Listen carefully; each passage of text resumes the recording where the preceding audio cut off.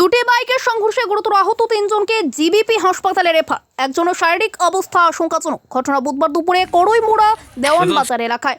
জানা যায় TR07D5090 নম্বরের একটি বাইক নিয়ে মনিরাম দেববর্মা বিশ্রামগঞ্জ বাজারে উদ্দেশ্যে দ্রুত গতিতে থাকায় নিয়ন্ত্রণ হারিয়ে অপর দিক থেকে আসা TR07E5673 নম্বরের বাইকের সাথে মুখোমুখি সংঘর্ষ ঘটে। দুটি বাইকের মুখোমুখি সংঘর্ষে ঘটনাস্থলে রাস্তায় রক্তাক্ত অবস্থায় লুটিয়ে পড়েন মনিরাম দেববর্মা, নয়ন দাস, টিটন দাস। বিকট শব্দ পেয়ে প্রত্যক্ষদর্শীরা ঘটনাস্থলে ছুটে আসে এবং সামনে কর্তব্য পালন করা অবস্থায় ট্রাফিক পুলিশ খবর দেয় বিশ্রামগঞ্জ অগ্নি নির্বাপক দপ্তরে। রাস্তায় রক্তাক্ত অবস্থায় পড়ে থাকা আহতদের উদ্ধার করে দ্রুত নিয়ে আসা হয় বিশ্রামগঞ্জ প্রাথমিক স্বাস্থ্য কেন্দ্রে। আহতদের অবস্থা আশঙ্কাজনক দেখতে পেয়ে কর্তব্যরত চিকিৎসক ডক্টর পূজা দে আহতদের আগরতলা জিবিপি হাসপাতালে রেফার করে।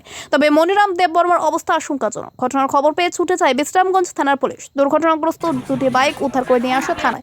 যান দুর্ঘটনা যেন কোনোভাবেই বন্ধ হওয়ার নাম নিচ্ছে না বিশ্রামগঞ্জ থানা এলাকায়। একজনের নাম নারায়ণ দাস আর একজনের নাম মনিরাম দেববর্মা।